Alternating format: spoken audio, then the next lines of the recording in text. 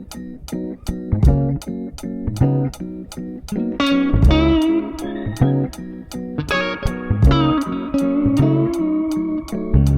Libra, and welcome to your September 2024 horoscope. We start off the month on the 2nd of September with Uranus going retrograde. Uranus is going retrograde in your 8th house, so you are going to be quite reflective on your vulnerability. Whether you have been vulnerable in a way that society expects you to be, or if you have been vulnerable and open with others in your own unique individual way, in the way that is unique and special to you.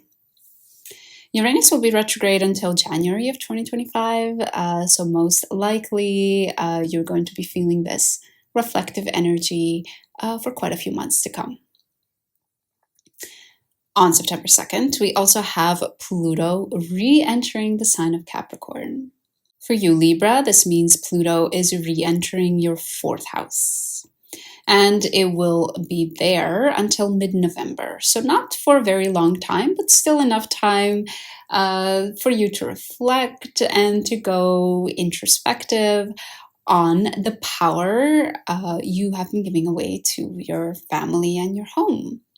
Whether you have been truly addressing any fears that you might have had around your family dynamics or around what home and belonging mean to you. The next day, on September 3rd, we have a new moon in Virgo. This is happening in your 12th house, so you might have a new beginning, a new start when it comes to your spirituality, when it comes to the practices that you do when you are alone to get in touch with your internal world.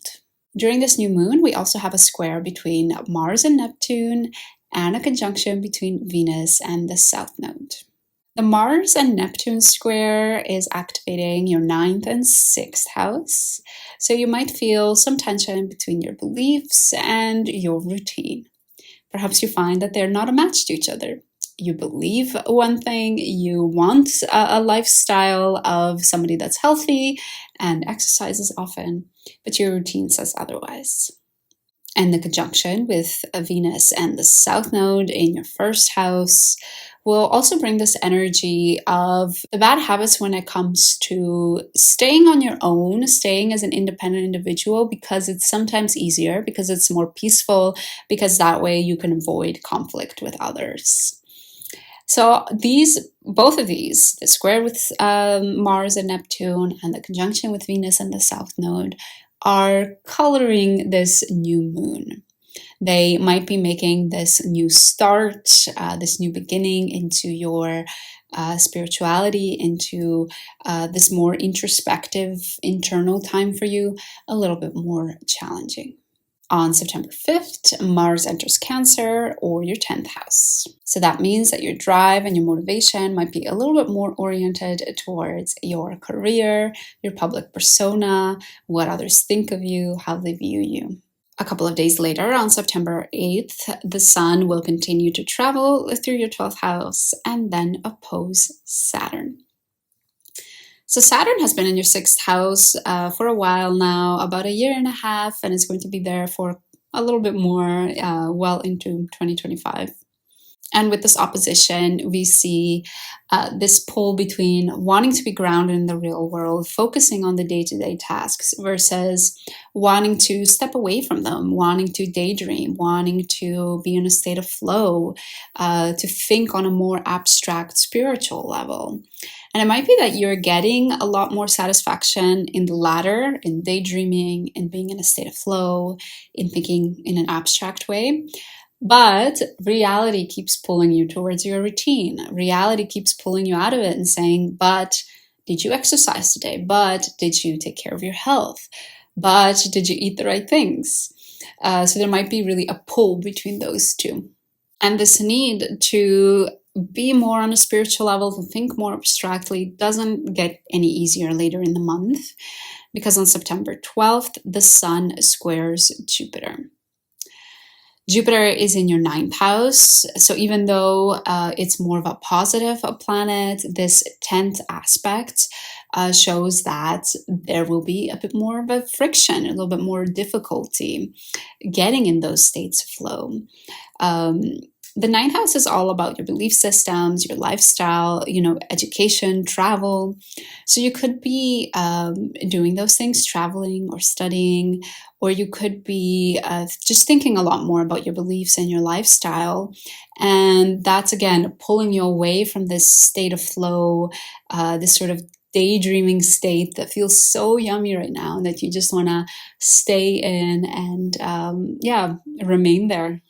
On September 16th, we have Mars squaring the North and the South node. For you, this might feel especially intense because it's happening in your angular houses. Mars is in your 10th house, while the North and the South node are in your 7th and 1st house. As we said earlier, when Venus conjuncted the South node, you might have some habits of remaining independent, only because you are afraid of getting into conflict with others. Because honestly, often when we are in relationship with others, not just romantic, eventually we can clash. Eventually we need to set boundaries. Eventually we need to speak up. And you might have a habit of avoiding relationships just so you can avoid those uncomfortable situations. But on this day, when Mars squares the nodes, there might be something that happens in your career that forces you out of that bad habit, that forces you to speak up, that forces you and says you cannot continue being alone and avoiding these difficult situations. A couple of days later, on the 18th of September, we have our partial lunar eclipse. Yes, it is eclipse season, the second eclipse season of the year. We have the lunar eclipse on the 18th of September, and then we have another eclipse later in October. So this lunar eclipse, or partial lunar eclipse, is actually a full moon in Pisces in your 6th house. You might receive a revelation or a piece of knowledge. You might understand your day-to-day routine in a way that you have never been able to understand it before. And because this is a full moon in Pisces, because Neptune is quite close by, it might feel like this realization is quite dreamy or quite high level, maybe a realization that's more on a spiritual level. But I would encourage you not to dismiss it just yet. It can still be quite a powerful realization or powerful understanding, even though it might not be grounded yet, even though you might not know how to apply it just yet. During this eclipse, we also have Uranus, Neptune, Pluto, all retrograde. So honestly, this is really an introspective moon, a moon that I would recommend spending alone, spending in silence, using practices like meditation or journaling to reflect on what's coming up. And even though, like I said, Neptune is quite close to the eclipse, it doesn't actually become exact. It doesn't oppose the sun exactly until a couple of days later. The opposition with Neptune and the sun happens on the 21st of September. So it means that you might continue to feel this eclipse energy drawn out a little bit longer. The next day, on September 22nd, we have two aspects with Pluto. We have a square with Venus and Pluto, and we have a trine with the Sun and Pluto. So remember, Libra, Pluto has retrograded all the way back into your 4th house and is asking you to reflect on the ways you're giving away your power in your family dynamics. The square with Venus is coming from your 1st house. So there could be, when you're standing up as your own individual, when you're setting boundaries, that is creating that friction with your family dynamics. That is making it obvious to you what's not working there when you're giving your power away. And the trine with the sun is coming from your 12th house. So the time that you have been spending alone, the time that you have spent thinking about more spiritual matters, reflecting on compassion, that is in a way helping you get rid of these unhealthy power dynamics with your family. And then finally, of course, the sun enters the sign of Libra, your first house.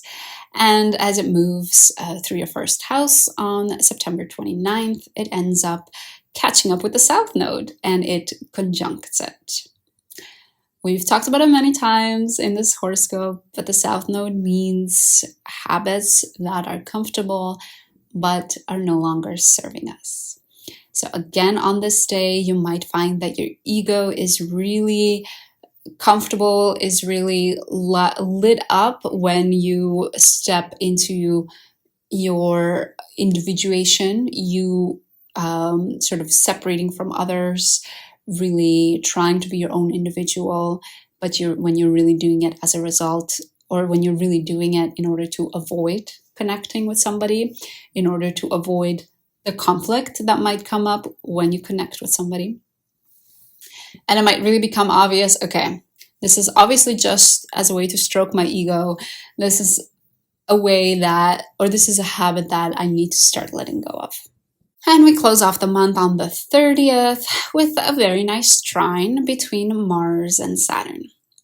Mars is in your 10th house, Saturn is in your 6th house. The hard work you've been putting into your routine, the practical realities you've been facing like an adult when it comes to your routine, your health, taking care of your body, are somehow positively impacting your career. Perhaps they're giving you more energy and making you be a much greater worker and show up in a much better way when it comes to your work. So overall, finally, we see a little bit of positivity coming from the more challenging Saturn transit in your 6th house.